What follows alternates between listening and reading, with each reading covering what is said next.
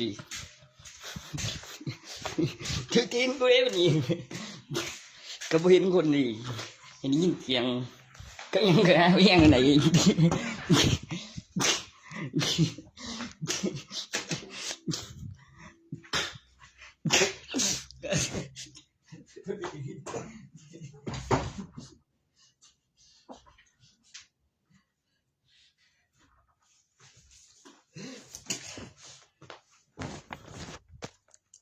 อะไร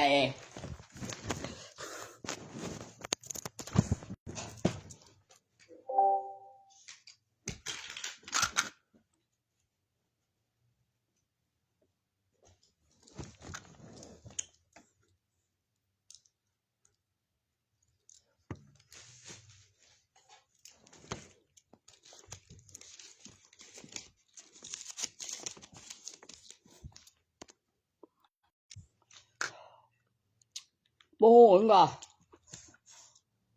บ่แม่นดอกคุณยังสาวอยู่บนกู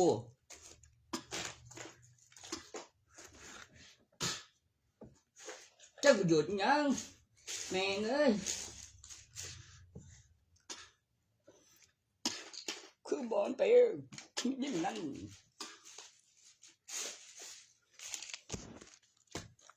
พี่เจ้าสาวบอลโตจ้าตัวเองบ่ได้ที่อ่างยังบ่ล่ะรอกูเฮ็ดได้เด้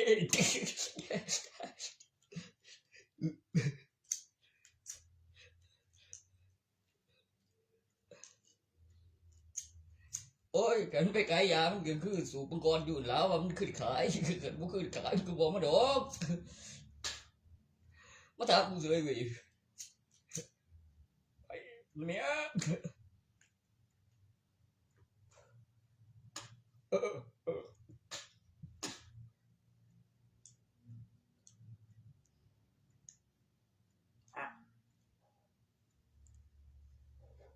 รู้สนใจแต่เช่นแมนเว้ยคนละคนกันดีบ่เส้นแล้วบ่เป็นหนีกันไปตัวตีด้วย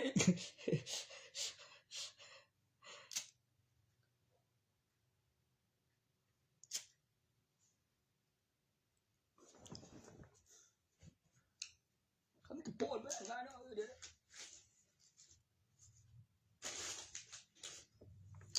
บ่มีก็ว่าบ่มีเนาะ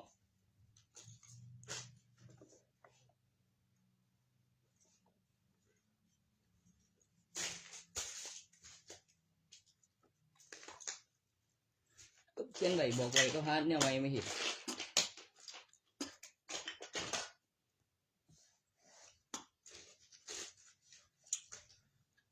แม่ดูก็หมอบอกว่าอย่าไปสงสัยตัวนี้บอกว่า X-Men บีเงินจะก็สื่อดอกใช่ไหมบุ้ยบ้า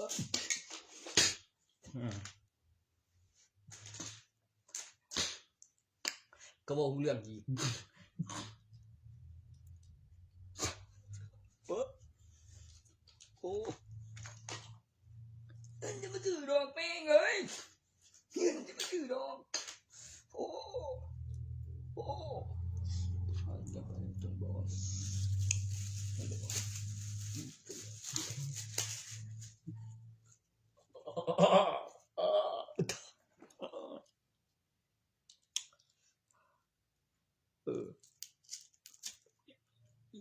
ก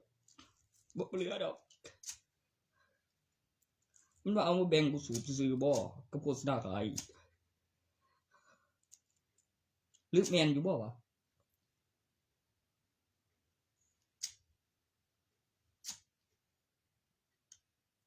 บ่คู่ร้ายยกให้บ่นั่นเด็กตีใส่บ่ของมันวี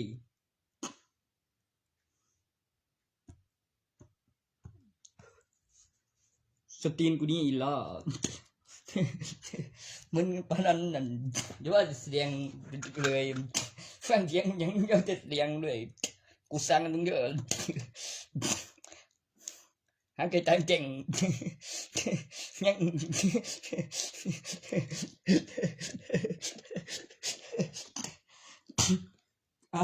เฮ้ยดีกว่าอีบ่ได้เราตึกได้ที่ได้ดีกว่าให้แทนให้ผู้นั้นอีกเฮ็ดเต็มใจครับให้บ่ได้เอากว่าที่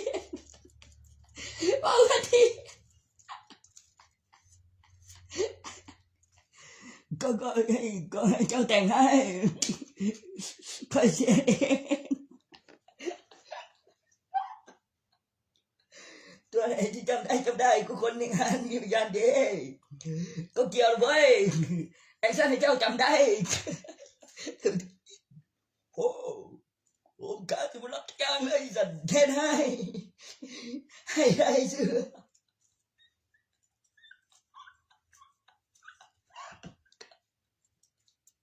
ถือตีนก็ถือกว่าตานี่เสียบาทตีกูเลยก็ได้อีกไว้ล่ะไอ้สาวพี่พยาเก็บตังค์แล้วนี่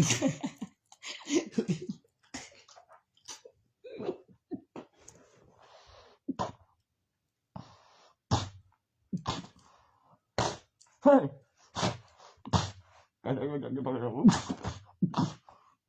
มึงเส้นแบบบ้าเอง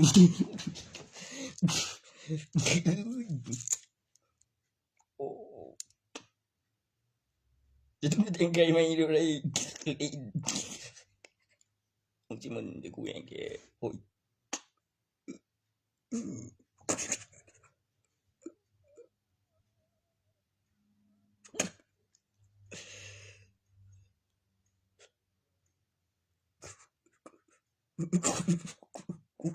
ดีแล้ว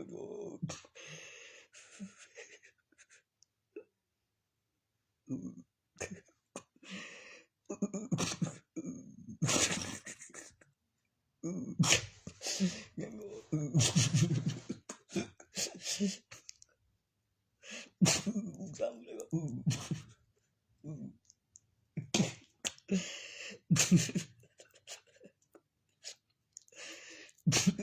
อีปันอีกาเว้ย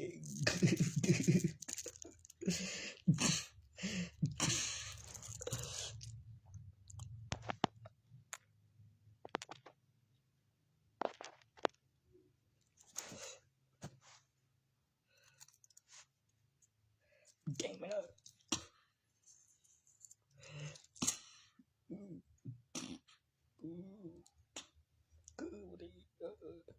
เชื่อเดียว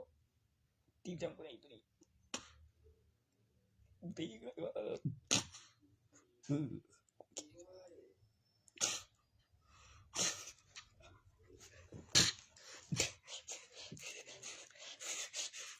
โอเค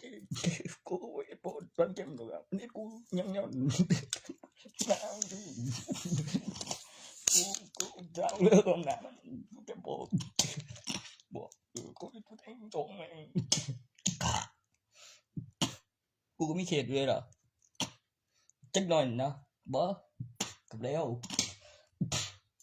โอ้บ่ดีกว่ากูสิอดก่อนเองอีก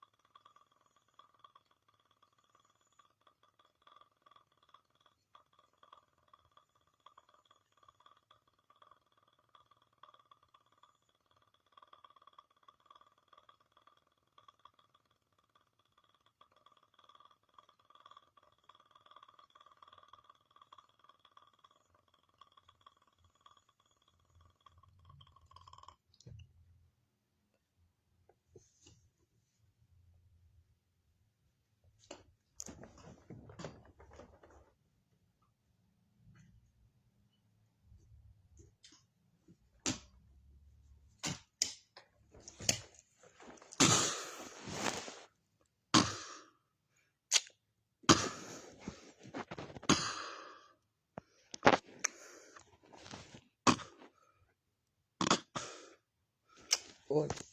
เดี๋ยววันบ่จะไปโตหมดเจ็บบ่นมันใส่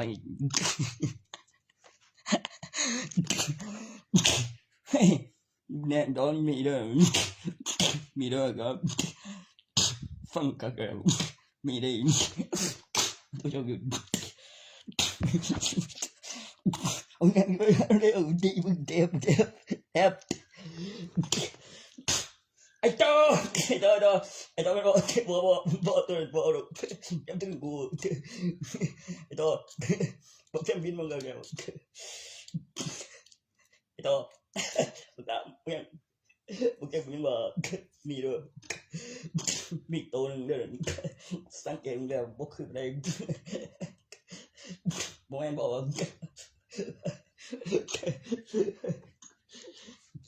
กูมาเองทุกทีถอย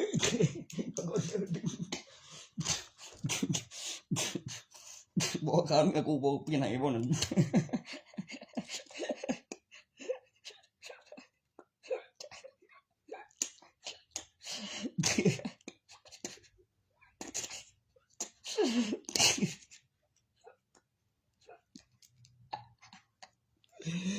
Big boy. Oh.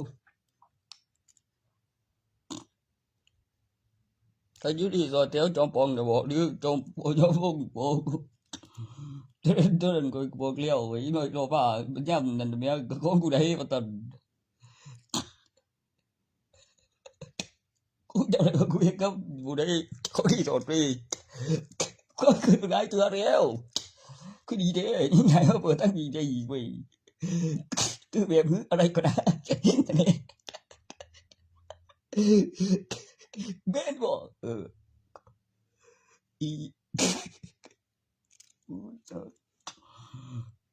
มันว่าเป็นผู้เดียวกันก็ได้บ่ว่า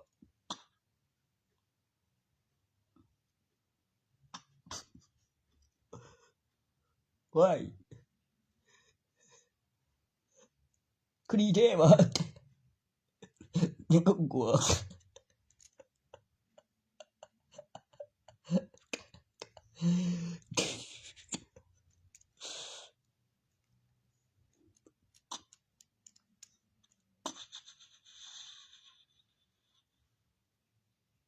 Why? ต้องเป็นไปได้มีผัวอยู่บ่ผู้จัดงานก็แม่นมีคนจำได้บ่ลูกก็บ่ได้เว้ย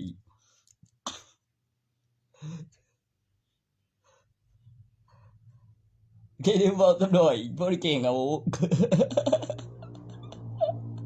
ก็บันกูได้เด็กสาวกูรอเอาเบิดเรียกชื่อก็ปฏินะมันก็เฮ็ดเป็นงอนเฮ็ดบ่เห็นว่าเป็นงอนบ่ได้เลยจริงๆแน่ว่าก็ทุกทีกูได้แล้วยังไงบ่อีจัดเป็นบ่แม่นดอกอีจัดเป็นไปไสกูว่าเปลี่ยนชื่อใหม่ก็ได้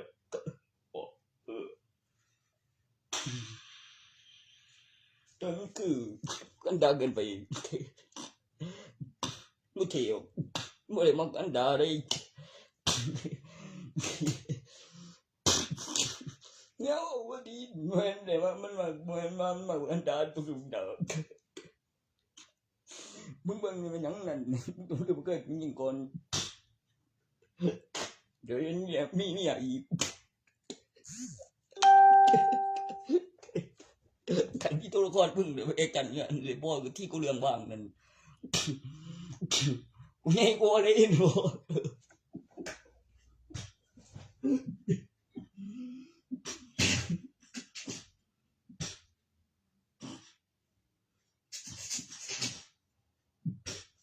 ก็พี่ชายของอันดายังก็อันนั้นบุรุษพระโอรสบุตรคนโตว่าอันนั้นบุรุษพระโอรสบุตรคนโตว่าไอ้ก็พี่อันนั้นบุรุษ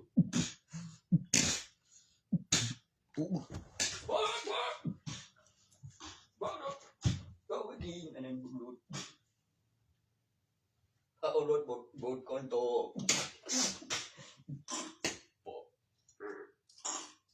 ชื่อนั่นก็เป็นกี่คน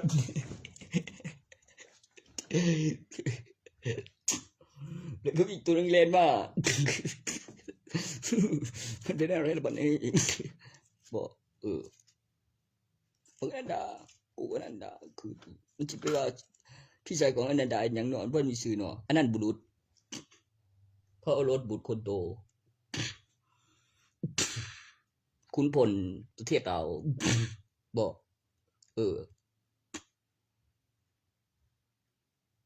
ตัวนั้นด่าเนี่ยคุณพันผู้สร้างสายาตำนานต่อจากพันธลักษณ์ดวงฟ้านันดา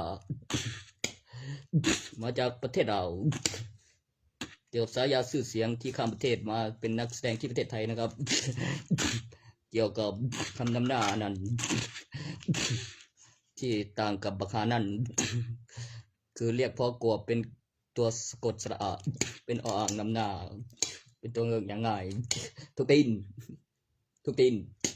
คำที่ไว้ไม่ข้างข่าวสาวสั่งน้อยเห็นแล้วดูดีความตั้งใจนักแสดงนางเอกสิ่งที่อยากได้นางเอกนางโป๊สุดสวยสวยมากอ่านตัวทำเซ็กซี่เห็นแล้วมีค่า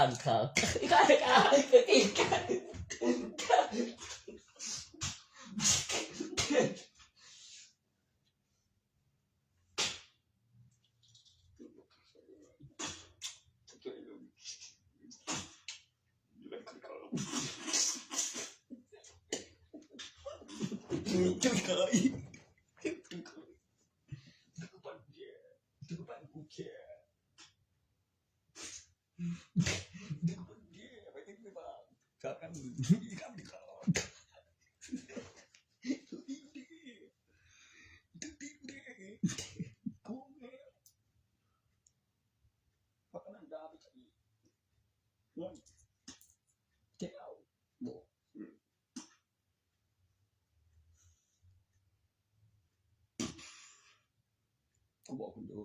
เขาได้เรื่องจะบอกแต่กูอย่างนั้นคำนั้นได้เป็นอันนั้นบอก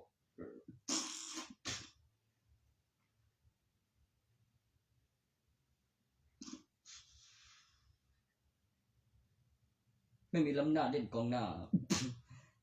พูดถึงเรื่องตระกูลนั้นมีคณะกรรมการส่วนที่เลี้ยงไว้มันบอกมีปรับแพ้ก็มีผมไม่ได้โกหกนะครับแบบจบปรับแพ้ตัวเลี้ยงไว้ในฟุตบอลของ FC Mobile เป็นเกมฟุตบอลออนไลน์นั่นให้พูดถึงเรื่องสโมสรนะครับมีอยู่ว่าอาลงปาสวยเจ็บสวยอยู่บนบกเป็นลวดลายของสีเมื่อเติมวงกลมด้านกลางเป็นรูปดวงจันทร์กับเติมสี่เหลี่ยมกับมีสีลายธงชาติไทยและสีลายธงชาติไทยมีดูต่อจากประเทศไทยเป็นประเทศอินเดียอยู่ไม่ไกลภาคกลางของประเทศไทยบริเวณเขตภาคอีสานของประเทศไทยนะครับในแผนที่หลักฐานแล้วมีเขมรอีกประเทศเนื่องจากมีหลักฐานพยานและมีอยู่และมีเขมรอีกประเทศที่อยู่ไม่ไกลอีสานกัมพูชาอยู่ทางภาคเหนืออยู่ระหว่างพม่าไปทางจีนน้อยๆส่วนทางนั้นเป็นอินเดียนะครับสีลายธงชาติพม่าที่เขาจำได้แล้วเมียนมาส่วนเขมรแดงแล้วก็เขมรแล้วเวียดนามอยู่ไม่ไกลกันกับอีสานอยู่ไม่ห่างกันกับเราจะบอกกับอุตสาหนะเบอร์ว้าย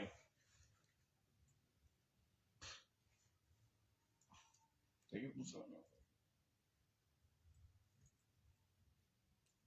กับอุตสาหมึงยังมาให้กูอีกบอกมันกลับมาพุทธตายยังมาอีกทีโอ้ยไปเกิดหลวงหมาหน้าตัวแม่นนี่ จะไปพม่ากูก็บอกเดี๋ยวเป็นพม่าคันมันอยากได้กัมพูชาบ่เคยยินถามว่าของไผคันอู้ไปเอาเมียนร้านกูไปเอาหันเจ็มไปเลย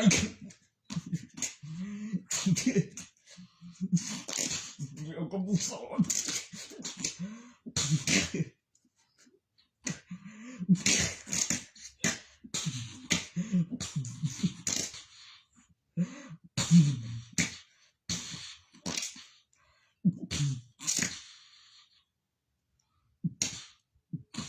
เข้าใจว่าหลวงยังนะไกลโบหลวงดีหลวงบุมาดีตัวญาถั่วญาหลวงนั่นมันยังจำเพื่อนได้ชูเบี้ยนบ่บ่เอาจะได้มีหลวงนั่นคือตายดีชูเบี้ยนโอ้ยเสือเดียวญาถั่วเนี่ยเมีย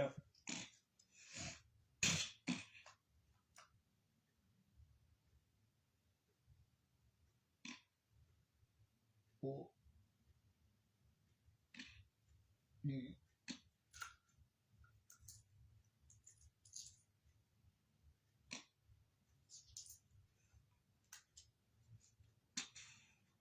ปูกูวายตบกูสั่งโทรโตสั่งพ่อแม่เองบ่ยังกูต้องสั่งพ่อแม่มีข้อติงมือบอกกูติดเด้อ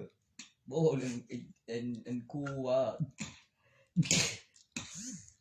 จะสิทำได้ก็เจ็บแล้วก็มีงานอย่างกันบ่ทันไปเฮ็ดรูปเจ็บเอากูฝนดิเจ๊ไปใส่เจ๊ตายแล้วมาหาว่ามันสิหลายมันเจ๊งอีกกันว่าเฮ้ยเจ๊ตายแล้วหมอจะมาบาดที่ละ2อีกว่าเป็นยัยนะยัยตาลูกก็เป็นอีกพี่อะไรกันเลยจี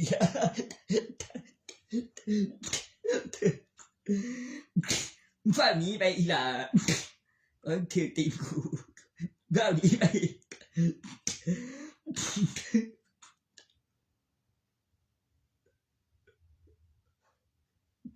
แกปวดหัวใจบ่มันเรื่องที่มันเปลี่ยนได้ยังบ่เดี๋ยวฟังมันยังตัวใดตัวคำสั่งเสียงโอ้ยก็มันหลอกการคำนวณกับประโยชน์หลายๆมั้งแล้วมีผลแทงไม่โจรเป็นได้บุญก็คือแบบโซนบริท่วงเอาเงินจากบาทกระบดยังคันพอเลื่อนเอาแบบก็ว่าขันเห็นเป็นเงินก็วัดปริมาณได้เอาหนักคือลูกมาแล้วเติมบุญเติมได้บอกว่าสิไปเรียนเป็นว่าเองแบบบุญต้องคิดแนวไหนเอาปริมาณนะได้แล้วได้ดีก็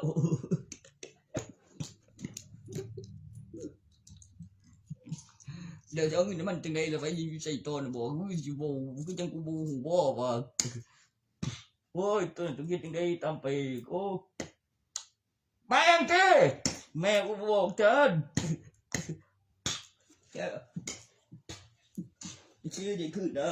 เสียแม่งเจ้ท่านได้ยินเองสตีนเอ้ยกูดี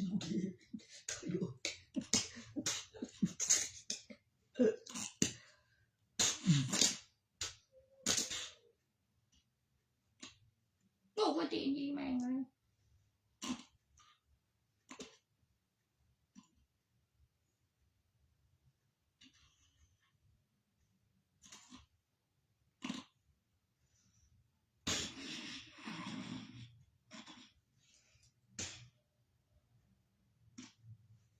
คนไหนทุกชีวิตตายแล้วคงเหลือพี่นายตามไปด้วยผู้สาวอื่นไปทางถุงน้ำ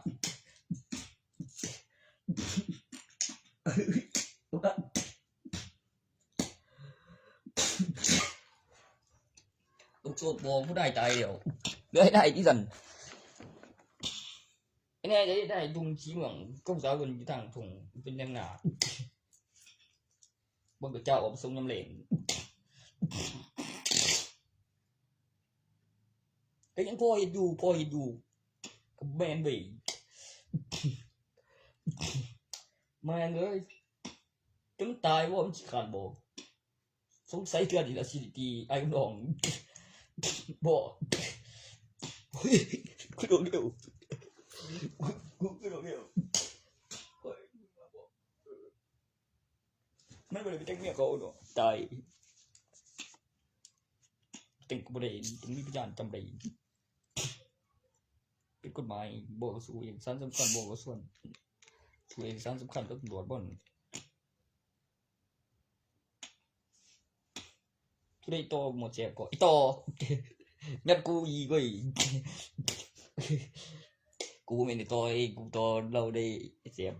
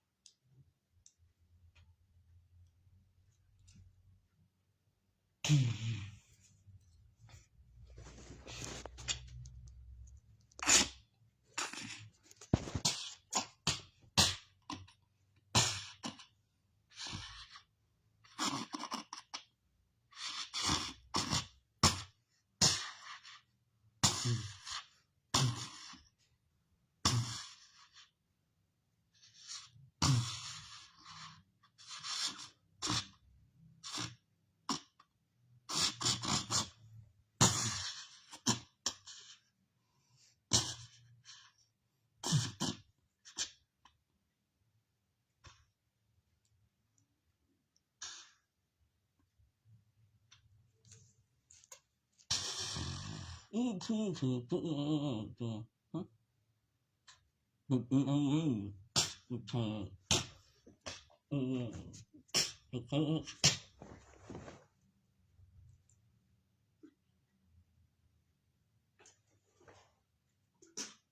ม่กูก็เปิดก่อนแล้วกดแล้วหอมแล้วเด้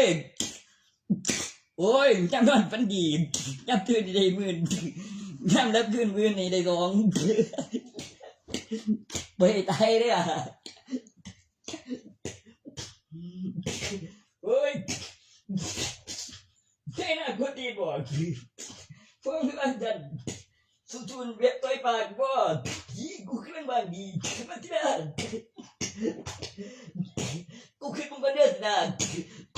สร้างนั่นนะถ้าชวนหลายจะตายไปมันทันทีบอกกับบ่ได้เห็นบอกกับลืมซะบอกกับไม่เจ็บดอกเขาลงอื่นฝืนไปยังคือฝืนกำลังตอนตื่นใหม่ไม่ตายดอกว่าโชคดีเอาล่ะโอ้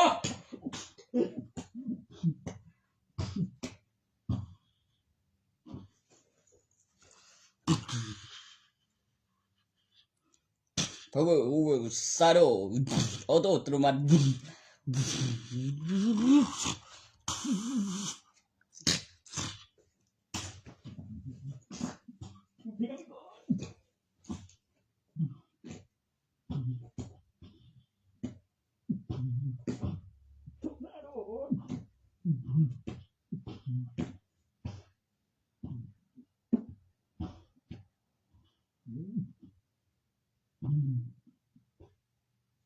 บ่ได้เอาตัวบทอัตรน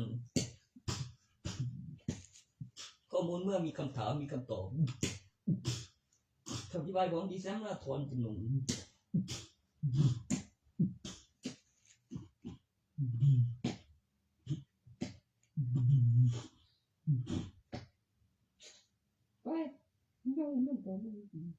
กรุณาเปิดข้อความ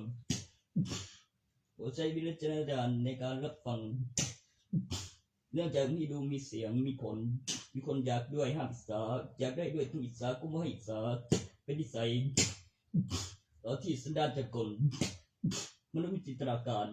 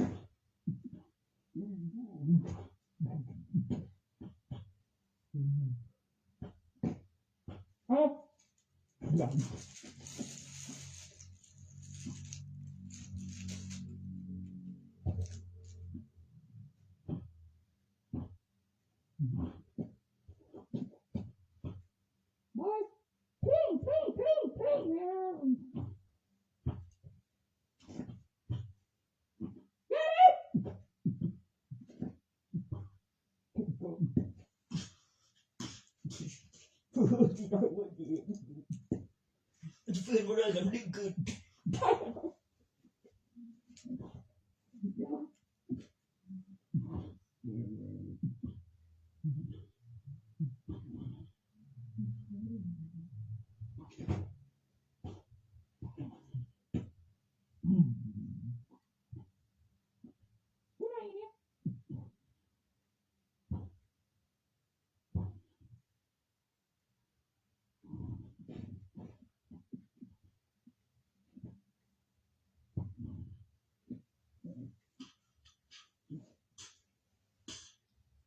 แจ็คพอใจเองตายเดียวว่าโอ้ยเจนให้เพิ่นว่ากูขาแม่งโอ้ยเพิ่นมีเจดีเอิ้นอ้ายตึงหาหน้าผู้ใหม่มวยคนทางอื่นกันบ่อยู่วัดบ่ก็ออกมาแนวนั้น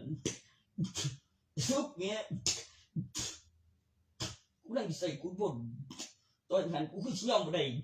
แต่ให้เทวดาให้ก่อนตัวกูบ่นนั่นบ่ไปเป็นทหารเขาสำนึงทั้งสวรรค์บ่ได้ก่อนบ่ให้มึงได้ฟังแต่ตัวที่เพลงเด็กเอาไปตัวเทวดาอธิบายแล้วตัวแหลมมาไว้นี่รูปแบบแต่ใส่ได้ใส่ตัวเดียวคือได้ที่แหลมเป็นตัวสะกดตัวสระตั้งตัวสอนมีความรูปแบบมีเข้าใจ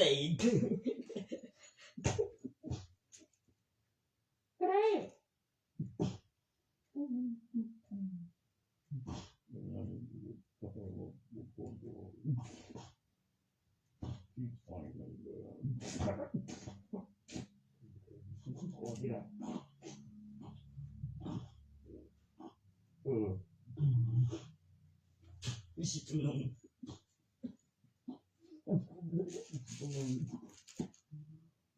มากกว่าสเปรนี่ดูมีจริงนั้นสังเกตสงการทำไม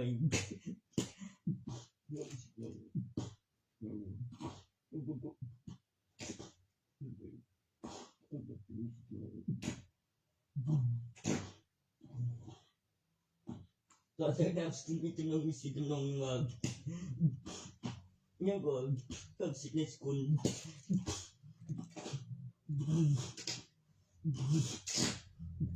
กูเหมือนกันกูเขียน3ชั่วโมงยังว่ามีสกุลกูเขียน3ชั่วโมงที่3ปอดเอ็กซ์ซับไปส่วนถึง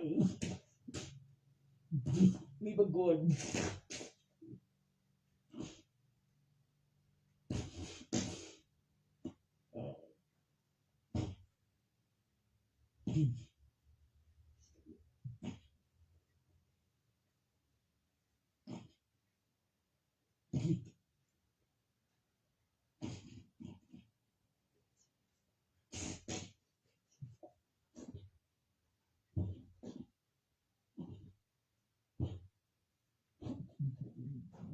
เ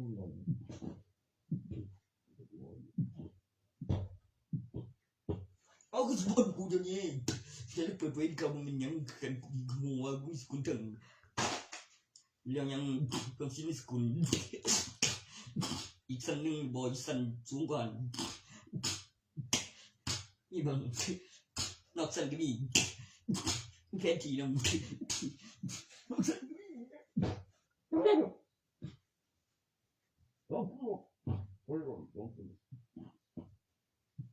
ตัวลูกแล้วมีตอนใหญ่แล้วมีประกันชีวิตพ่อมีลูกมีเอกสารบอกเดี๋ยวมีเบิ่งมีแท้เด้ปัดเว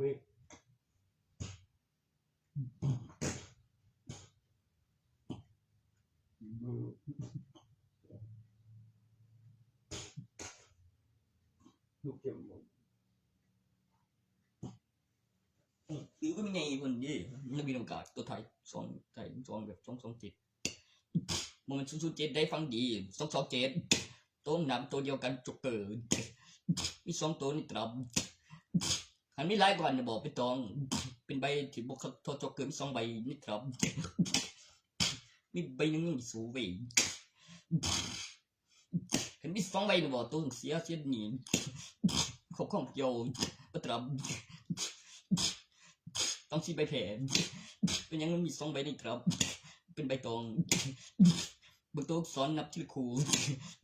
บ่แบบมี2ตัวนำได้มาถ่ายตัวเต้นหัวถ่ายตรงโอ้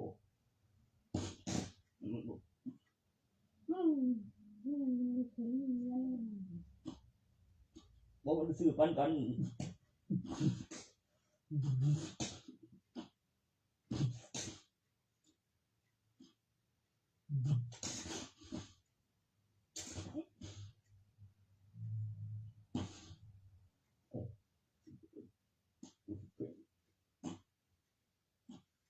ยังบ่ได้เป็นอีก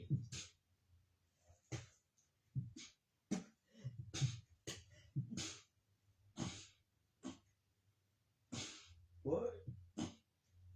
มันเป็นบ่าวสาวตะงามตอนนี้ว่าลูกหลานโอ้ยเป็นลูกหลานดูดิโอ้ทุกคนมีลูกหลานได้นั่นลูกหลานดี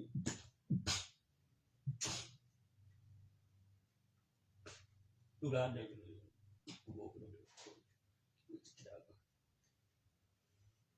โอ้แต่มันดู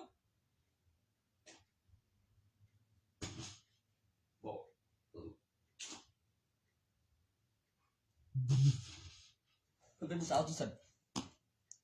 อีบอกอีที่สันอีบดนตกเมย์คือสิยังสาว2คนพอมันก็อยู่นั่นคือสิเป็นสาวละตัวผู้ใหญ่ที่ใส่เป็นผู้เดียวกันกับสาวใหญ่เด้เป็นผู้ใหญ่เป็นสาวบ่คือว่าบ่คือมันคือนำได้ตอนนี้ก็โจกแล้วก็บ่แล้วแม่เนี่ยเป็นเสียงคนเดียวกันเดี๋ยวเสือเดี๋ยวพวกอุปกรณ์ที่2มีคนแจ้งหาเบิ่นอยากตายแต่ก็ใส่หลายมันยังก็มีเบ็ดในบัตรประชาชน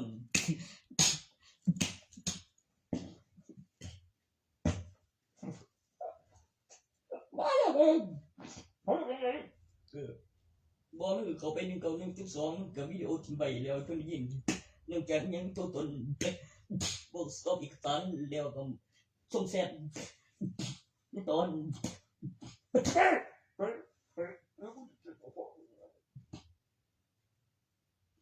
อะไรผมยังไม่ตาย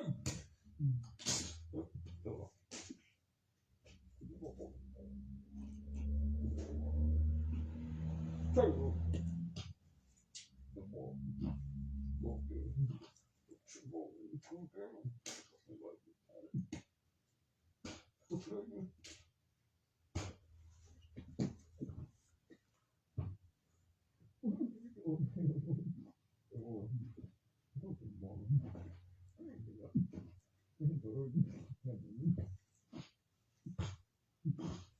ูกำลังตัวนะบ่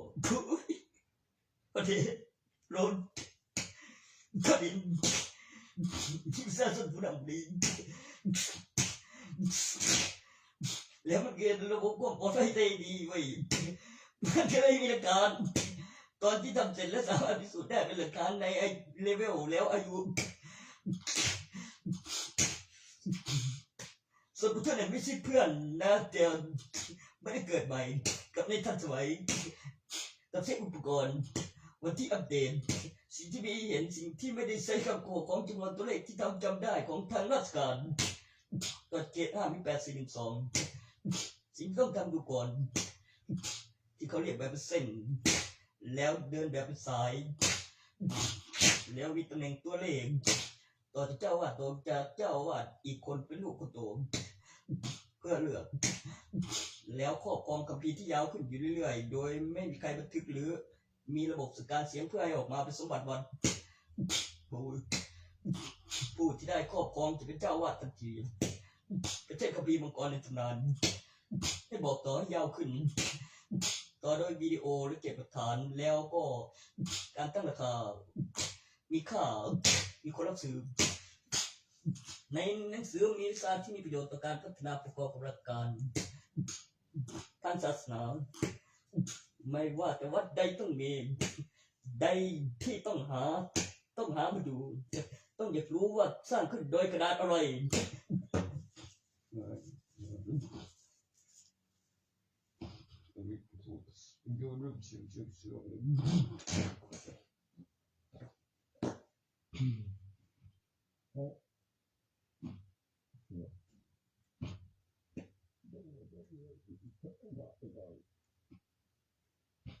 มึงไม่ใจเงินอาวุธเงินคือพิสูจน์บางสันสุริยคาตบางหันเร็วเกิดสิงครานและมีเสือไตรก้อนหันก็ออกจากเสาวิ่งเป็นนอดสิงแล้วมันก็มีประหลาดก็แปลกใหม่เป็นผู้ใหญ่รอโกเปลือกก่อนมากับหลานเป็นแฝดผู้ใหญ่ทองออกมาฟ้องนอดสิงย่างนั้นไปใหม่เป็นผู้ไปฟ้องนอดสิงเป็นคือนักข่าวพวกสงสารสิแสน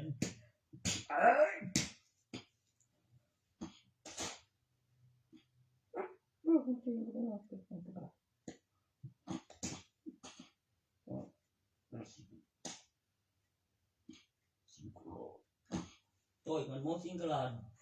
จนกระดิกวนโซ่สุดขอเสือไปตัวกงเด็กนอสิงมันก็มี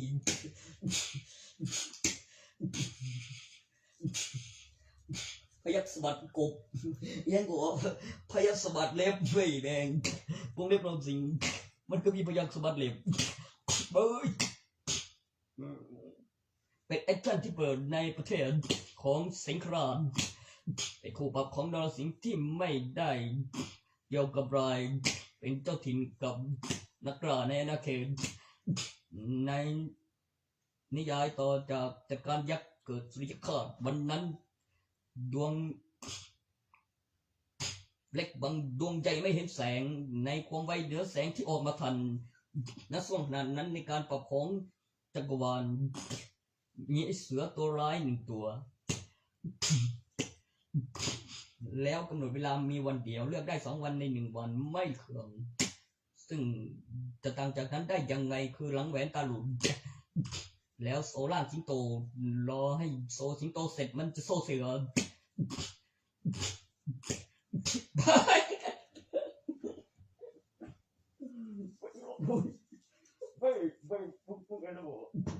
หลายตายเพียงผู้ขาบันร้อยไอ้มันผู้ขาบันร้อยไอ้มัน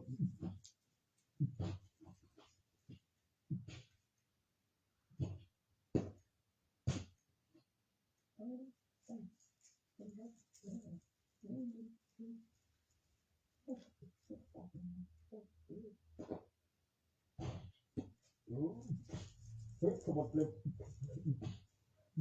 โอ้ยเล็บน้องสิงตีนปุ้งตัวปุ้งเล็บน้องสิงก็พยักสะบัดเล็บ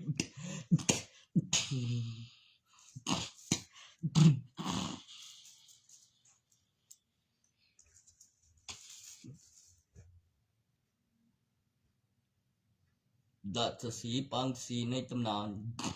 มีคำกล่าวไว้ว่าณนิมิตเป็นเช่นการตั้งสมาธิมีความเงียบเพื่อสัมผัสกับวัตถุที่ไม่หมดอายุ หลังจากคำอธิบายของสิ่งที่ไม่หมดอายุแล้วเกิดเห็นผลเห็นอนาคตเลยเนื่องจากมีคำอธิบายของสิ่งที่ไม่หมดอายุบอกมีหนังสือ1เล่มในแก้วที่มีสูญสลายล้อมขึ้นโดยไม่มีรอยไหม้โดยหนังสือเปิดดูอ่านได้เหมือนขยับได้ในภาพนิ่งแต่อยู่ในลูกแก้วเหมือนในจอเกี่ยวกับคนบอกมีประโยคภาษาขึ้นรูปแบบเทพเจ้าต่อจากวิวัฒนาการของมนุษย์เป็นคำอธิบายของแสงสีมีเก็บหลักฐานสัมผัสจากรูปแบบของมนุษย์เกิดการตอบสนองของวัตถุเกิดการแปลสีในภาพนิ่งต่อจะขึ้นรูปปางสีนรสิงห์ในสมัยที่มีแปลกใหม่และประหลาดได้ไปถามกับท่านสิงคราชว่าในการอภิเษกหรือการแต่งงานของชาวเมืองแล้วพระโอรสต่างกันยังไงให้ท่านพาจัดแล้วเอ่ยประโยชน์โดยไม่ได้จัดเฉยๆที่เก่งกว่าการสังเวยแล้วเอ่ยชื่อที่มีการตั้งราคาของกระดูกแล้วต้องได้เหมือนเอาไปรีไซเคิลแล้วมีหลักฐานวัตถุว่าได้กินต่อจะขึ้นรูปแบบของมนุษย์แล้วมีประโยคภาษาวิวัฒนาการใกล้จะเป็นมนุษย์เพราะถือศีลไม่งั้นเราจะไปบอกนรสิงห์ว่าสิงคราชเจ้าไม่ได้เป็นอาจารย์สอนอะไรเลยมันส่งมาแบบเสียดไม่ก็นักข่าวแค่มาถามไม่ก็ไม่กลัวตายมันมาทันเดียวสิงคราชกูถามมึงเก่งแต่งไม่อันนะมันได้อะไรบ้าง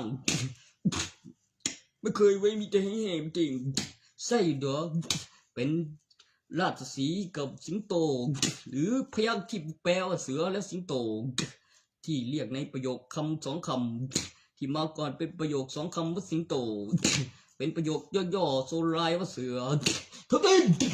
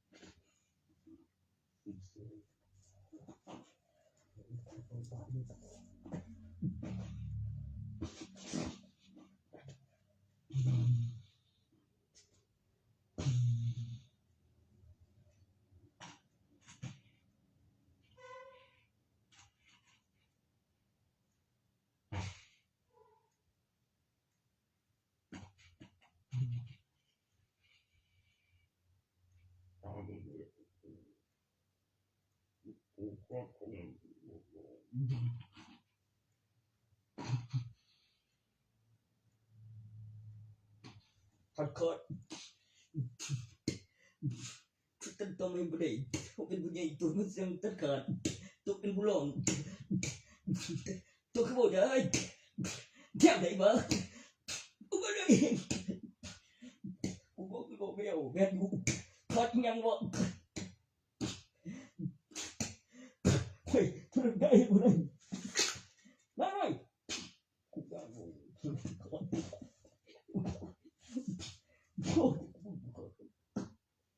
โอ้โหโอ้โหโอ้โหกูใหญ่จังวะกูไป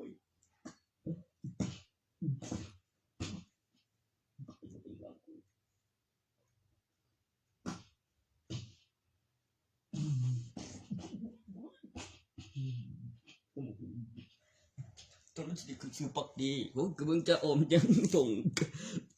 โบเห็นดีมันมาเบิ่งเลี้ยวบ้านกันอยู่เนาะตอนนั้นกูสิรอเอาของร้านบ่ได้มันลูกกูดินั่นแต่ตัวนั้นผมบ่กล้าให้ดีขึ้นบ้านจังได๋เฮ็ดที่ล่ะบ่กุมนั่นก็เฮ็ดได้โอ้ยกูจมน้ำได้เจอปากเกิดแต่โดนเฮ็ดบ่ได้อี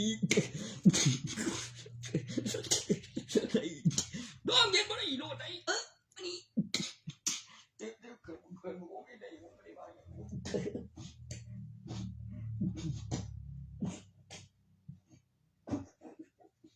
อกบอกผมได้ไม่ได้ฮะก็อย่างนี้ดีโอ้โหบอก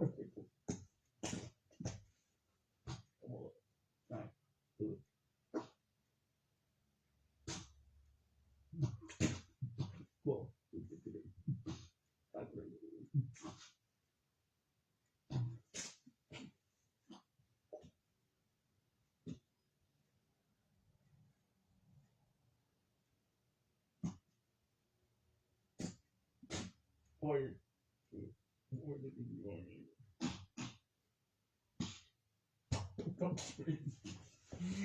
บอกไปอยู่ที่กูเดียวได้ป่ะคือมันไอ้นั่นที่กูยัง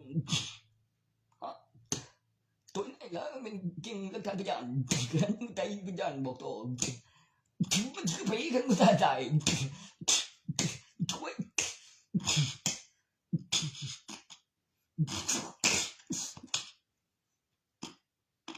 คือไม่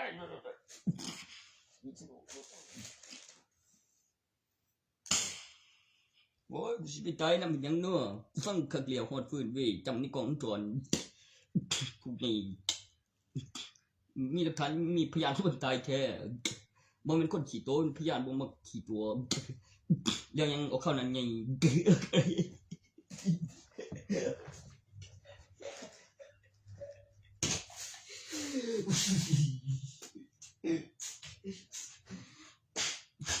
ข้อตการต่างกันเด้อมึงแก่ไงข้อตการต่างกันยังไง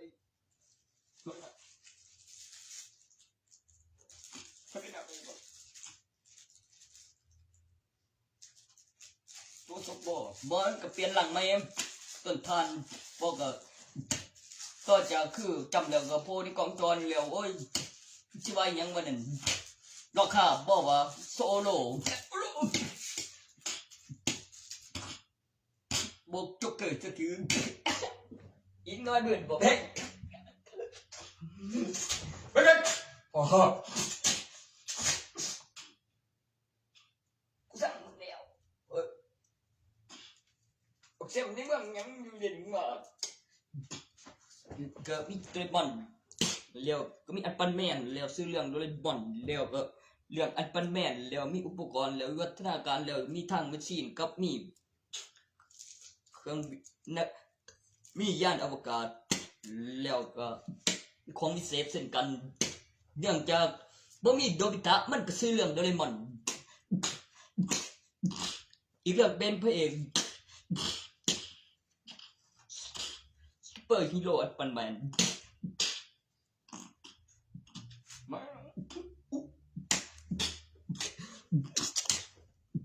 บ่มีโดเรมอนเขาก็บ่ได้ถามหาเลยเรื่องอันปันแมนเขาถามหาผู้ใดบอกดร.แบ็คกันแมวเด็ก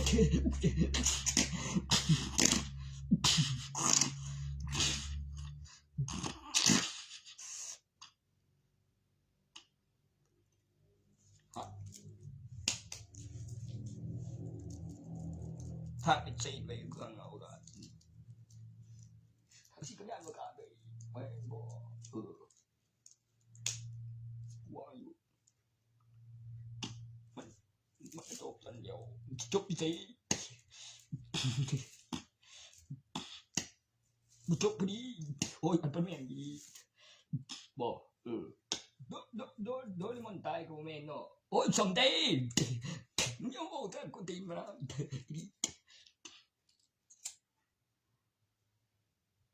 อันปันแมนมันก็ว่าดีแซมโดนถ้าแซมเปลี่ยนพระเอกมาแบบไซส์หลักการซูเปอร์ฮีโร่พลังคิดเทพขอบของที่ต้องดูแล้วเสียง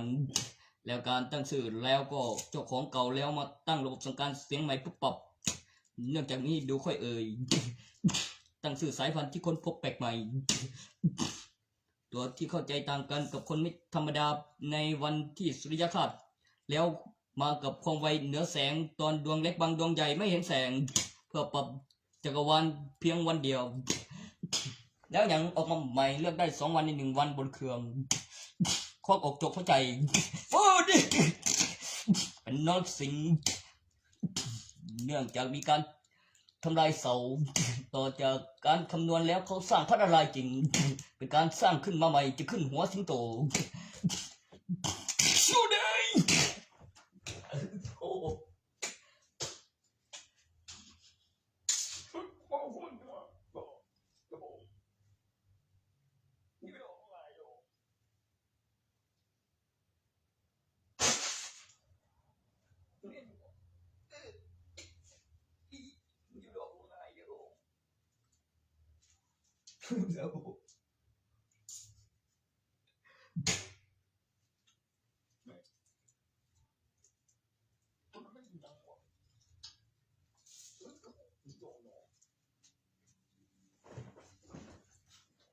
ไม่เหมือนเพลงเทียนในเนี่ยบทเปลี่ยนกูบอกเกี่ยว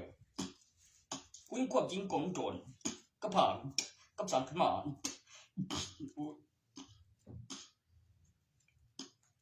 พระมหาพระราชาเกิดมาไงเจ้าเร็วเป็นหวังเถื่อเฮ้ยบอกเอาต้องพิสูจน์เลี้ยววิทำไมอยู่สันบ่เคยบินน้ำเด้อบ่เคยบินน้ำเด้บ่เคยบินเด้ตัวนี้เอามาที่ไหนบอกไปดูพระมหาพระราชา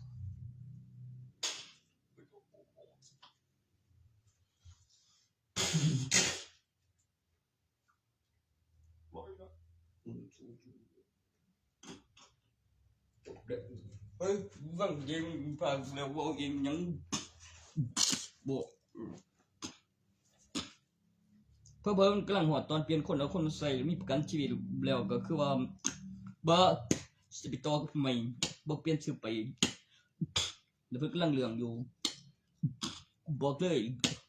ตอนนั้นเฮ็ดเสื้อถือว่ามีข่าวใหญ่มีอีกข่าวนั้นกับกูบ่ให้กูตายให้โตนบ่มีข่าวตายมีเรื่องคันมีหน้าแล้วก็คือซื้อนักแสดงแล้วก็ความจริงแล้วเรื่องนะ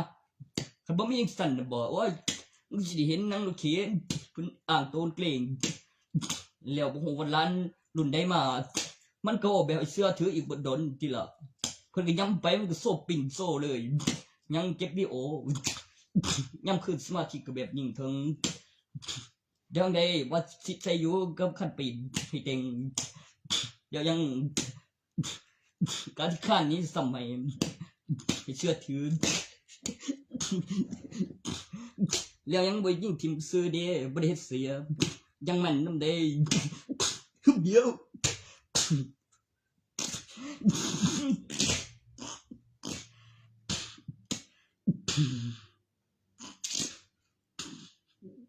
ไปบายเลยบายเลยพอแล้วกูว่ากูจะอยู่ทำไมบ่ฆ่าแดงไปได้ดันที่ตายไปยังเบิ่งเจ็บผู้เอาปืนให้ยังดูเว้ยเป็นพยานอีกแล้วยังร้อยรอถ้าบอกใหญ่กี่ละอันนั้นน่ะมันน้อยไปไปได้มันดูพี่ดูถ้ากูไม่ได้การมันเชื่อถือกูไม่ต่อยมันจับมันได้ไงเพราะเอ็มมันตายทุกไม่ได้ทุกไม่ได้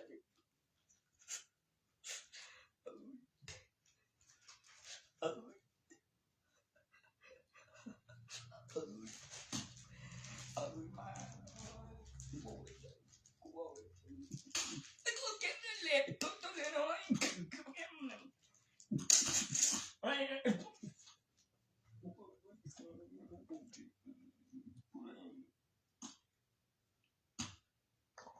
ยังทุกคนอ้างรัฐบาลเป็นรัฐบาลผ่อนจ่ายเดียวมีคนมีเงินต่อจะมีเด็กพิเศษมีช็อกโกแลตโบ้ย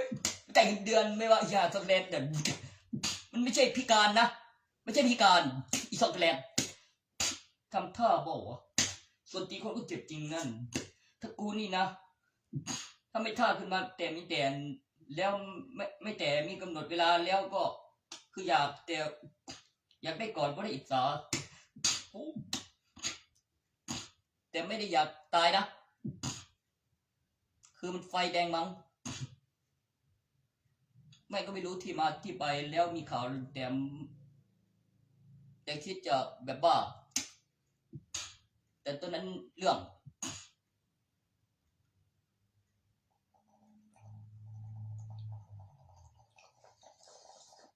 มึงรู้อยู่บอกว่าบุกเด้งความจริงเป็นผู้ใดไม่ก็เป็นเด็กกันเด้ที่ตายเสียเพราะแบบตอนจนอายุยืนหลายบ่ได้ตายเพราะอาวุธตอนนั้นเพื่ออุบัติเหตุหรือเปล่าเป็นนี่ไม่ก็หีเต็งไม่เข้าข้างน้อยๆเฮ้ยขาสั่นคนดันฟังเสียงปากกับพูดยังมีสิบโชคข้างยังไงหาเนี่ยโชคดี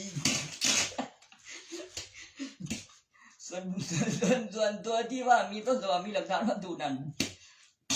ขึ้นเป็นงามนี้ที่สอนดาว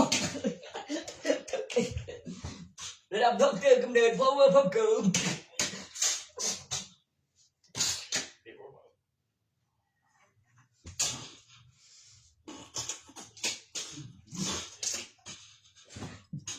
แล้วเปลี่ยนเสียงเอง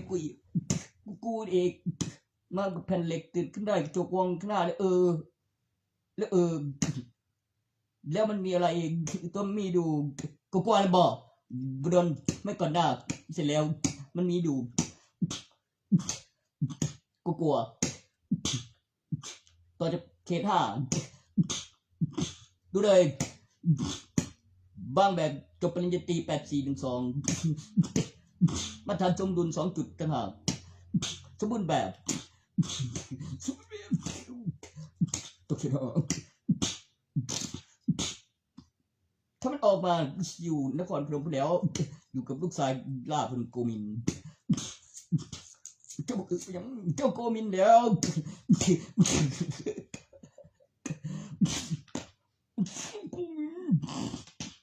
นั่น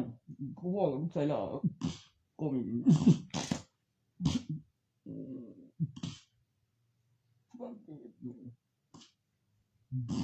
น่าทำไงสมินเจ้าเจ็ดตอนนี้เจ้าแปดบอกว่าโอ้ไม่เว้ยงอเว้ยไม่เห็นมูเห็นพวกงูนะต้นลูกคุณปั้นไว้เลี้ยงอยู่ปั้นโตหลายคนมีเบิ่งรูปแบบถึงก่อนมีเติมตัวมีแล้วเบิ่งแล้วแบบ3 เซตแล้วแม่แล้วมีใบทะเบียนบ้านแล้วมีคนบ่ตายตัวนั้นนะเดี๋ยวจะขั้นตอนตามบบแล้วท่องมาได้บอกแล้วตามขั้นตอนเขาลบทานโอ้โห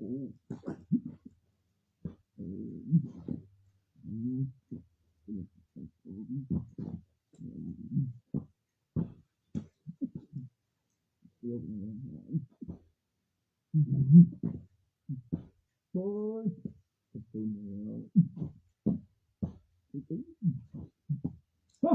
โตนี่กันนอนโอ้ก็อย่าง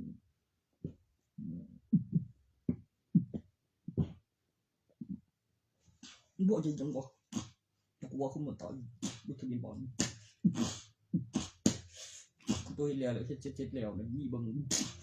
กับเก่าหันแล้วในตำแหน่งที่3แล้วมีกำไรแล้วมีทุนแล้วมีคนพยานมีใบทะเบียนบ้านแต่จำได้ว่ามันเป็นค่ายหยังระหว่างในบ้านในสารระบบนั้นมาแบบเป็นระเบียบเชื่อขั้นตอนท่านต้องบอกไปเก็บวิโอห้วยแนวเขาเชื่อมัน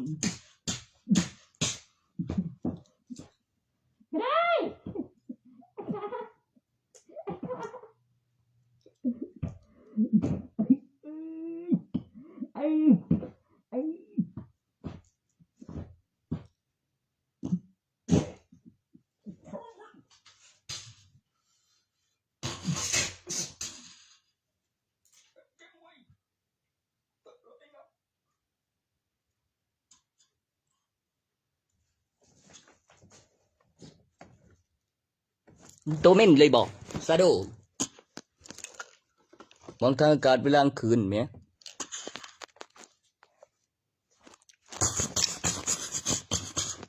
คือเฉยๆไม่ผิดได้ไม่ก้มไม่เคืองหรือ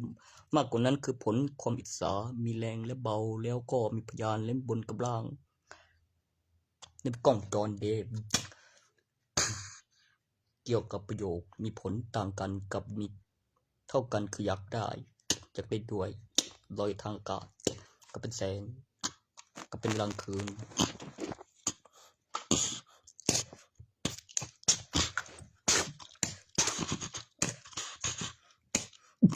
บายว้า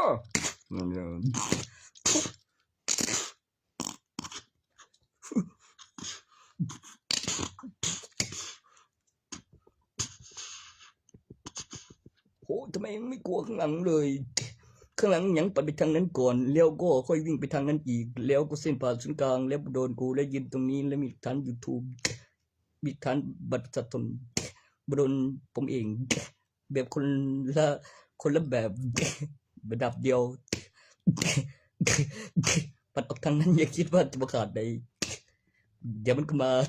แต่กูมีหลักฐานตอนมีหลักฐานพยานคำอธิบายพูดถึงเรื่องเด็ดเดียวมันไปถึงโน่นแล้วมันสุดตรงนี้เส้นผ่าศูนย์กลางเชื่อถือ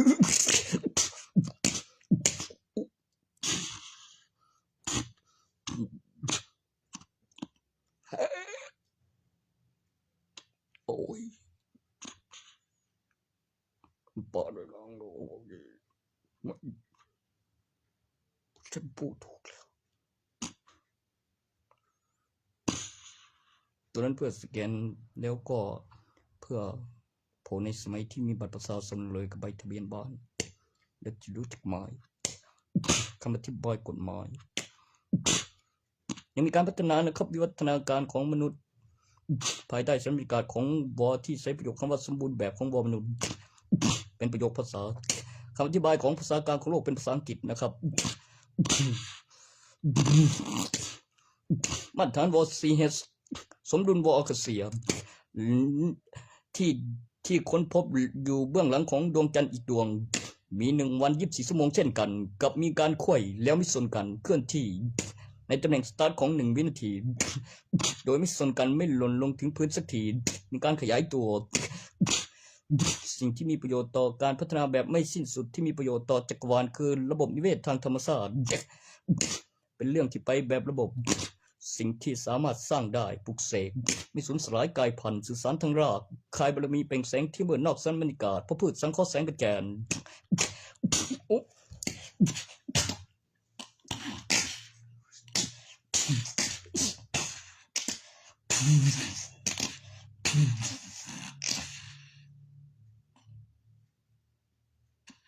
นายใครหรอ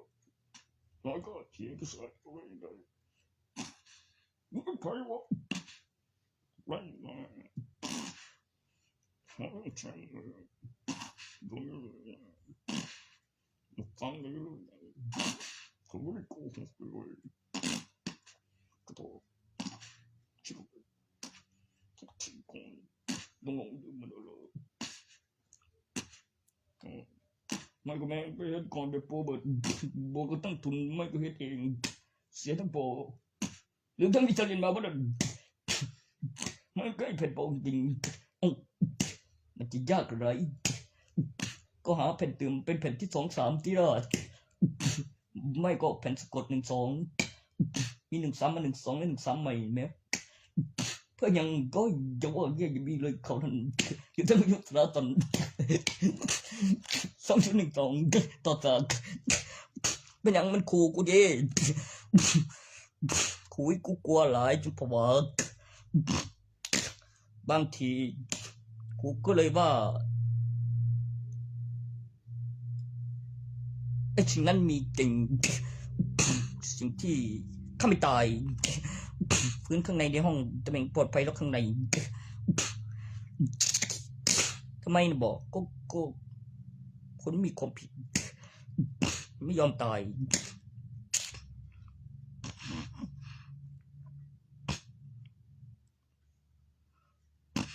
มันก็จะมาทำพิการบอกว่า จะไปทำกูพิการได้ยังไงกูไม่ควรจีนหรือพูดอะไรใครโกรธกูไม่ได้อิสที่น่าโกรธเองมั่นั่นกูรู้ไหมกูเจอแล้วที่การที่เก้าจะไปแสดงที่เก้าอย่างจะเป็นเก้าอย่างกูโซ่ก็เป็นเก้าเนี่ยไม่มึงก็พากแทนสิบหรือพ่อเลือกให้ดีเท่าไรไปได้ที่จะเจอเป็นกลุ่มสัสจะใส่คนธรรมดาขมามัดเดียวรวมถึงแผ่นดินบริข่าวตั้งแต่โตพูดรู้เรื่องมีฐานกับตำรวจแล้วใดมีดูไม่จริงสมัยแม่งเดไม่สอนลูกอีห่างแม่งโง่ไปคอนให้กูบังตอนนั้นเลยโชคดีเลยลูกก็สักแทงให้มันมันแต่ครั้งนั้นบ่ตั้งจริง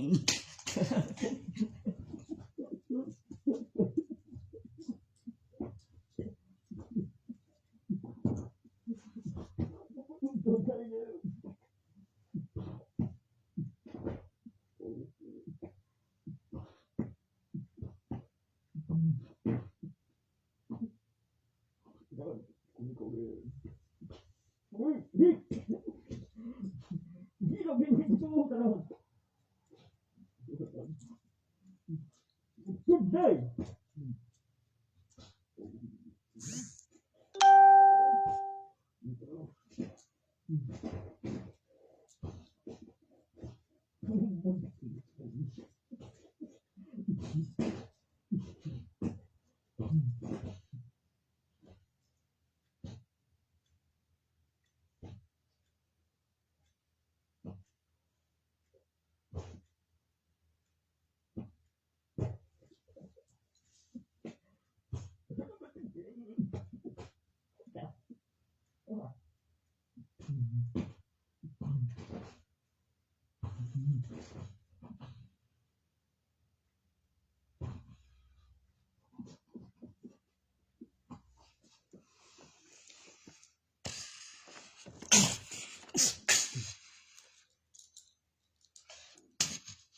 สร้างขึ้นมาเพื่อทำลายหยุดสงครามระหว่างประเทศ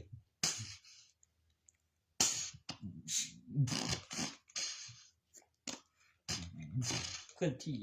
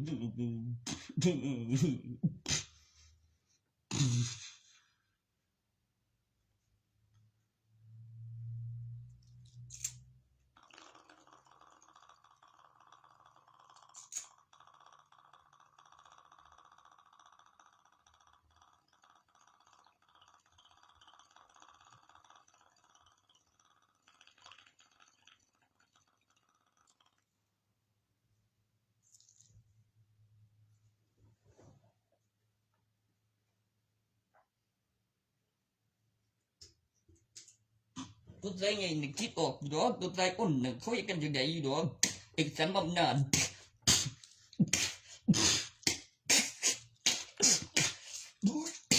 จะว่าก็ได้ไงบ่กูยังรู้กูยังรู้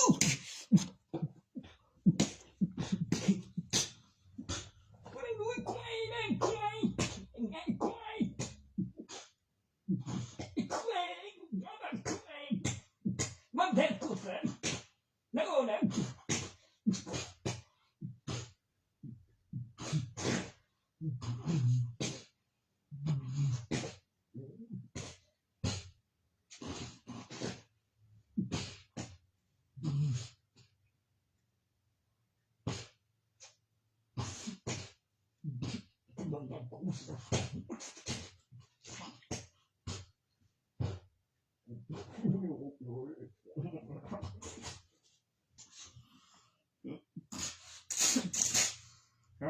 ตัวฉันเก็บอีกสักจอบ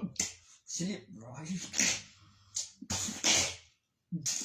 โอ้มันสอนสิบ่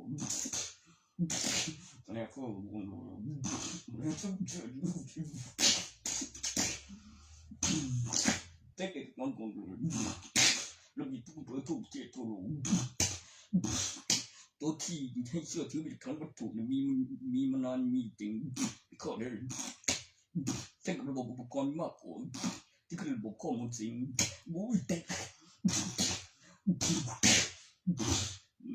มีมากกว่ากี่ปีแล้วประมาณ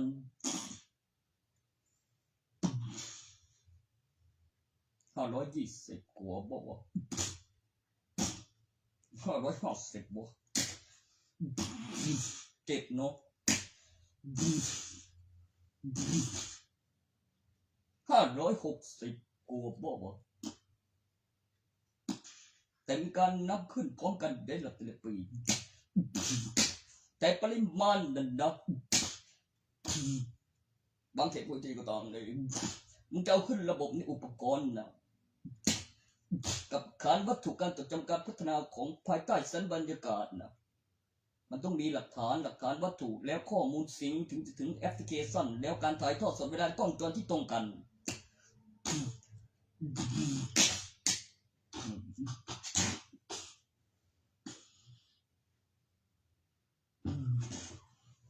แล้วในประวัติศาสตร์นั้นสิ่งที่น่าเชื่อถือเกี่ยวกับ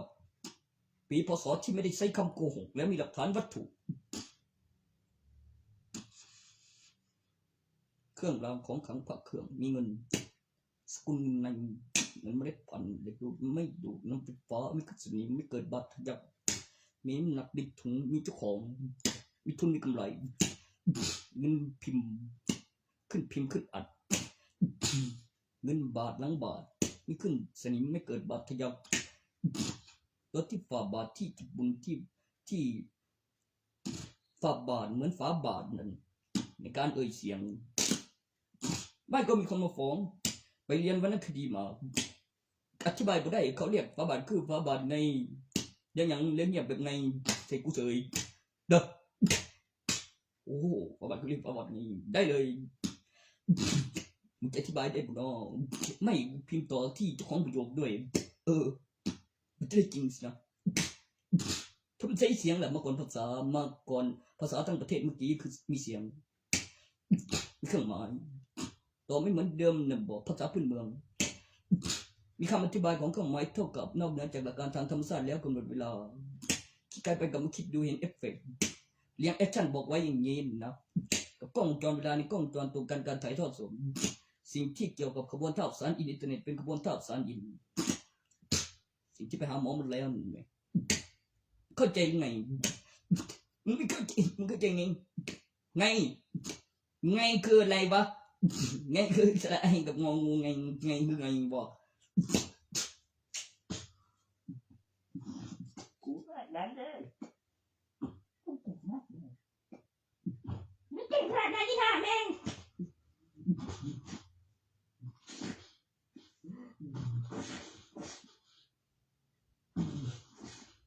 ไอ้กูนะไม่ได้ครับ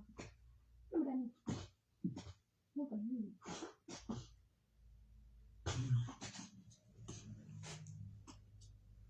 ทำไมกูมันกลายเป็นกูสร้างขึ้นมาเองกูเรียกเอากูไม่เจ้าซูมเด็ดขาดกูไม่แอบทำมีทรยศปฏิเสธการไปติดคุกมันจะไม่มีใครเอาอีกเพื่อเก็บสะสมบุญไม่ก็คะแนนไม่ใช่จะมีแค่ค่าแรงราคาขั้นต่ำราคาอุปกรณ์ได้ครับมันต้องมีค่าแซงขึ้นนำตอนนับจำนวนปริมาณที่มากกว่าของคะแนนที่ให้จดจำค่าแรงค่าแซง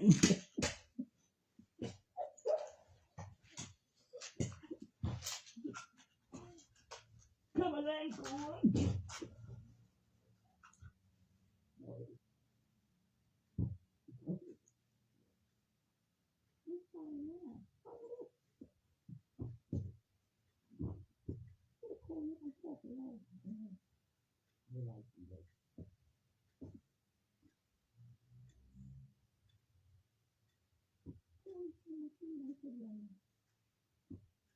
พวกเพื่อนเขาไปทำงานกูอยู่เต็มๆวัดกูก็ไปปล่อยอยู่เขาพาทำอะไรก็ทำเขาอีกวัดไม่ได้ไปติดคุกมันจะยากเลยตอนนั้นมันจะรู้ตัวมันจะไม่ได้ขู่ดิแม่งเก้แม่งยังวะแม่งติ้งยังบ้าขึ้นมาเนี่ยโลกถึงเลยเหรอ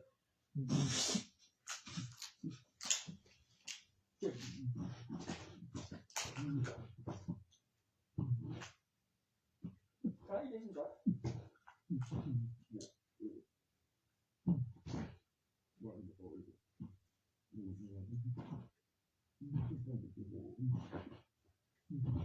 ใจไหม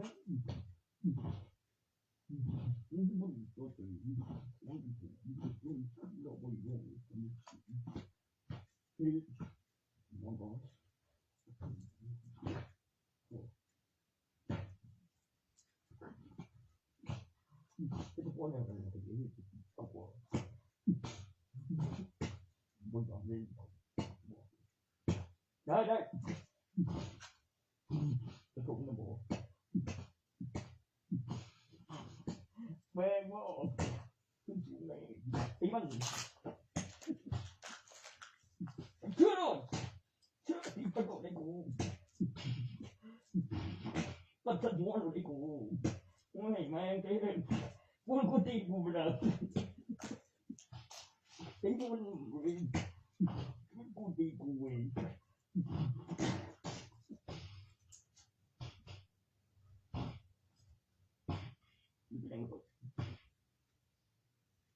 โอเคเลยอ๋อแต่ผมก็เข้าใจนี่เลยที่ดันเป็นบ่อยบอกมาเป็นเลยโอ้ยบอกเรื่องไปคือไปยิ่งหน่อยสนุกสนานมาถ้าทำได้เรียกให้ดีที่กูบอกก็คือแบบคนทุบบ้าคนมันทำทางกูกิโลโอ้กูเห็นมึงเดียวว่าแต่ยังบ่หายเรื่องนั้นหลังจาก10ปีวังปหาหรือบอกกับป.4 มีประกาศมาแล้วกำลังเรื่องเอกสารสำคัญผู้อื่นเขาก็อยู่เพิ่นก็ว่าพระจากไปบอยแล้วนั่งให้บ่ได้บ่ตัวกายเด้มันดีมันเฮาปืนกูฟังอีกว่ามันเอาเงินมาให้ซื่อๆก็มีเสียงก็แหบว่ายังเขาทำมา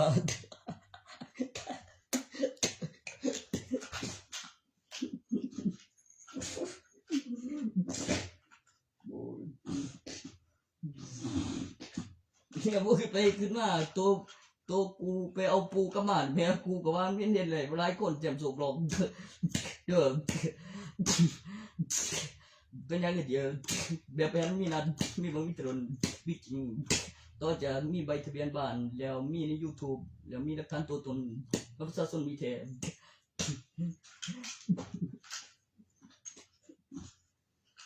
นับไม่บ่ใส่คนพิการหรือจึงใดหรือสุดๆไปหรือโตไปหอดหรือยังเร็วคือน่าสงสัยแล้วใส่ข้างถาคันแม่นซางี้นะส่วนขึ้น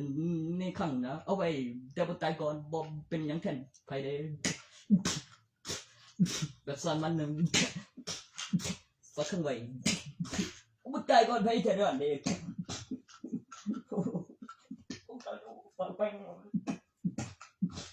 แม่เว้นบ่โดยมันพยาบาทเ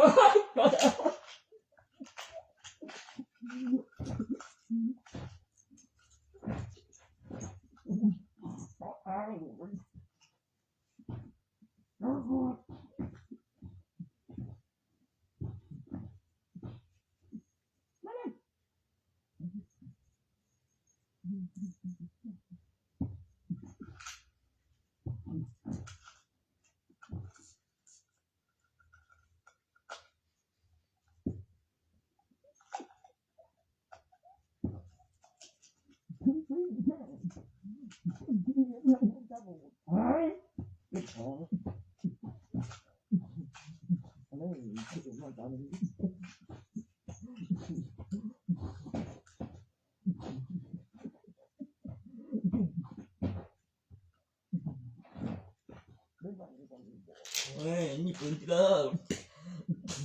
ไม่สั่งปืนเป็นก็ปืนยิงก็ตายก็พูดบอกไปใส่ก็บอกพิการเนี่ยโมเมนต์ว่าถึงแจ้งบ่ได้เด้ติดยากับสมาธิแล้วก็มีเปลือกกับขามแล้วมีหลังสูญสลายแล้วสมบัติวันแล้วได้จันโบแล้วขึ้นพญาแทนแล้วบ่ใส่คำโกหกแล้วในสมัยที่ผู้เฒ่าขึ้นลูกมีหลักฐานใบทะเบียนบ้านแล้วได้เสียชีวิตต่างกับในสมัยที่มีบัตรประชาชนจะเสียชีวิตแล้วมีหลักฐานวัตถุแล้วมีรูปถ่ายคุณภาพไปพับขาวดำผัดสีสิโยดนมีคนเห็นเปลี่ยนทรงผมเนี่ยมันทันเปลี่ยนหัวก็ฟื้นไม่น่าเพิ่นเว้ยบ่ได้ไป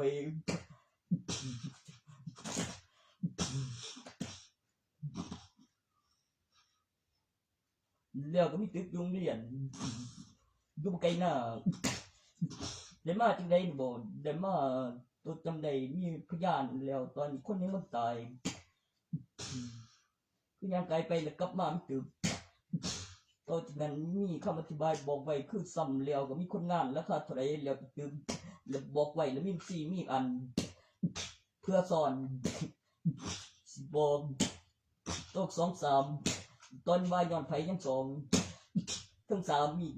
1คืออีกสั้นหนึ่งก็ได้และการวัตถุเบิ่งระยะความห่างของปีพศแล้วระดับสันเหรียญของ10ปีและมีหลักฐานวัตถุการผลิตของขนาดจะยกแบบสั้นตึกต้องใส่ขนาดเท่ากันแล้วห่างกัน10ปีแล้วเลี่ยงกับเก็บหลักฐานคำอธิบายรูปแบบระดับสันเหรียญ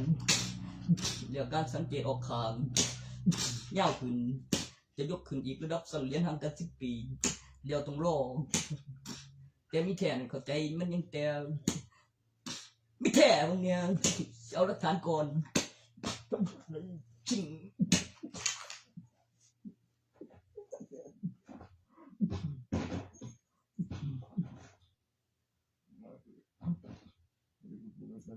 ไอ้กูมีแท้ไปเป็นผู้ผมนั่นก็บริการเจ๊คือผมก็เด้อเจ๊ขึ้นเห็นว่าก็แบบคือไม่ตัวเด็กคือมีกินบริแบบของที่สูงก่อนกันผมอยากมึงว่าอยากเด็กผมอยากก็ว่าอยากเลยครับ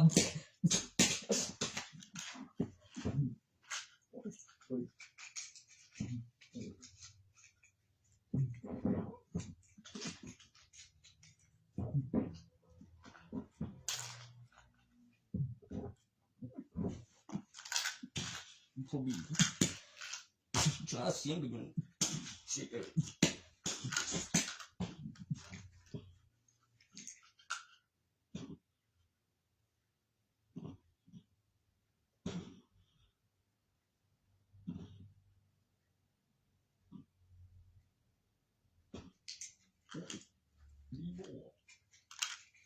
จริงๆมันเองมันใจฟื้นจีดีเด็กไอ้พวกจังเงินดีไอ้เลยอย่าทวดอย่าทวดยังเอาห่วยบ้านเบียนพวกใจฟื้นไปได้ใส่หรอต้องมีบึงคำในเฟซบุ๊กเป็นเด้อบอมก็มีแรงเฮ็ดบึงบอกสังกัดเสียงเป็นตัวใส่ยังว่าสักวันวันนี้โอ้ย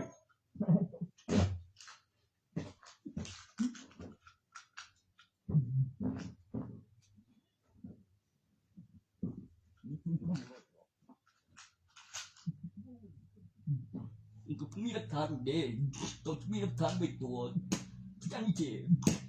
ก็คือได้เรื่องนั้นคนบอกตัวเว้ยคนมาผสมอะไรยังได้ดีได้ดูดัง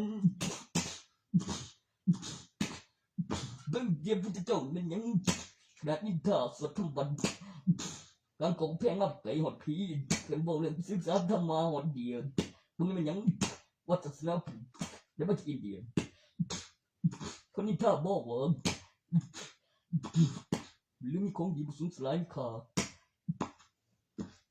ถ้าตรงนี้ถ้าแบบเป็นศาสนาข้าของดีเด้พม่า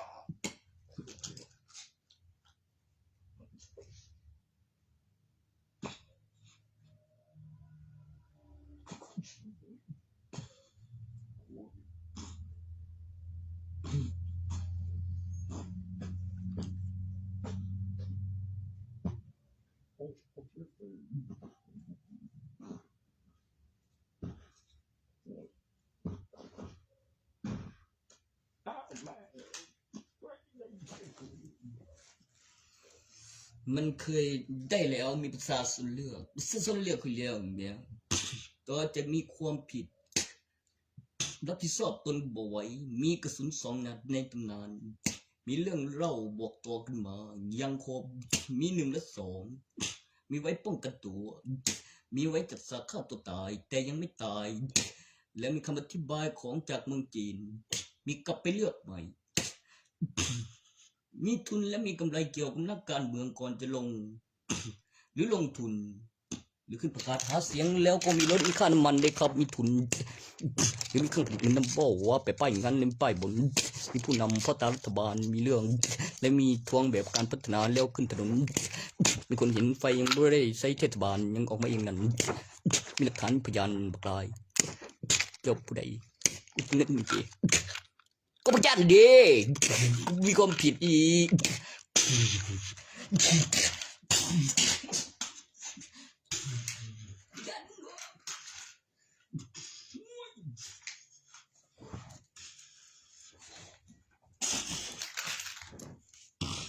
กูมีความผิดอีนี่เด้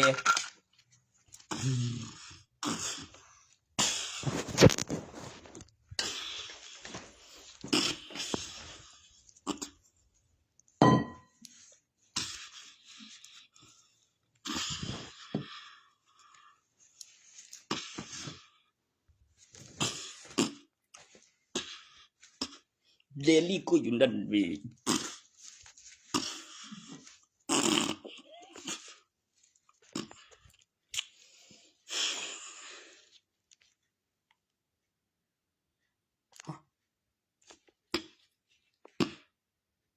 ได้บ้างเด้อประเทศจีนมีจักรพรรดิมันมีอาณาเขตจักรพรรดิด้วยเว้ยได้บอกต่อจากไต้ซื่อสื่อสารจากโซกุลมีโซเซียนไปห้องเป็นการประกาศเสียงอีกขั้นหนึ่งของระบบทหารถ้าพูดถึงเรื่องฮ่องเต้เป็นผู้นำต่อจากนี้ทหารมีพระราชาแม่งเอ้ย เขาพาเรียกอย่างมึงว่า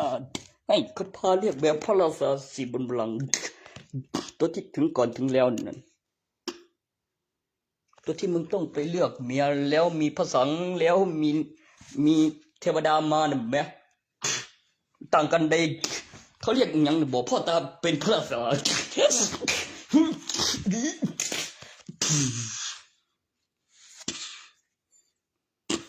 อุ้ยสุดท้ายพระราชาช่วยช่วยกันกูจะเป็นภาษาอะไรมีเอกสารคำอธิบายกฎหมายเชื่อว่ายิงไงเอกสารสำคัญ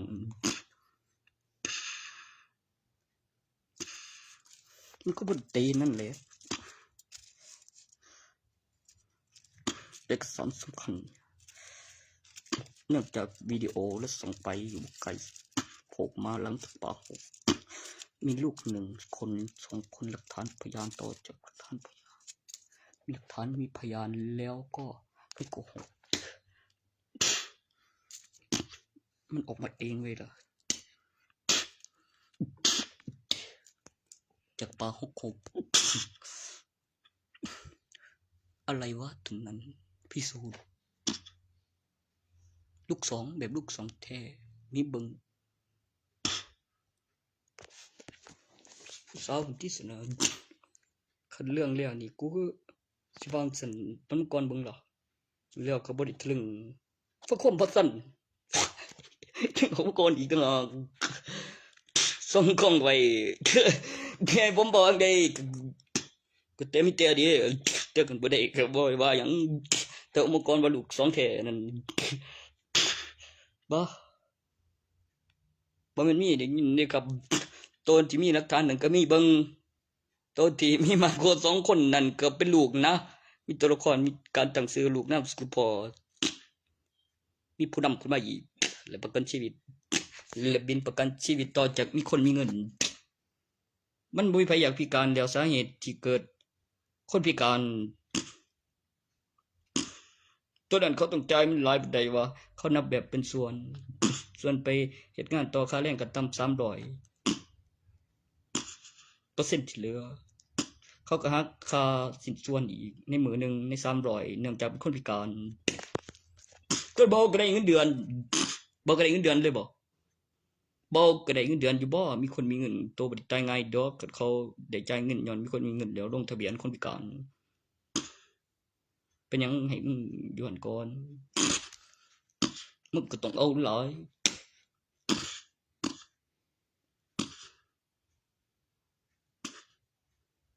ก็บินเบิ่งที่ละคันแม่นได้ไปเขาให้อาวุธมันเป็นเรื่องในจิตใจส่วนลึกอย่างหนึ่งเนื่องจากเป็นอาวุธของจริงเครื่องบินของเด้โอ้ยเว้นอีไม่ใหญ่เท่าจ้องสิมาหลอกกับแลนตื่นก็มีก็มันเป็นอาณาเขตของโตจังว่าจักมันสิบอกว่าอีหยังแน่แล้วมันบ่แม่นบ้านเมืองเว้ยมันบ่ได้ขึ้นโซเพิ่มมันก็สิมีของอยู่แล้วแต่โดยปางสันผีหลอกตีหลานแม่นดีหรือบ่ดีบุล่ะมีฐานเฮ้ยกูบอกไผฟังดอกว่าผีหลอกตีแหลกหลักฐานบ่ไปบอกไผว่ามึงแม่มึงหลอกกูได้กูเว้าต่อมีพยานจังนั้นบ่บอกว่าผีหลอกมานี่หลักฐานใจร้อยเฮ้ยเดี๋ยวจังหายไปเถอะสลายยังไม่เห็นกวดที่ละอย่าเฮ็ดตกใจ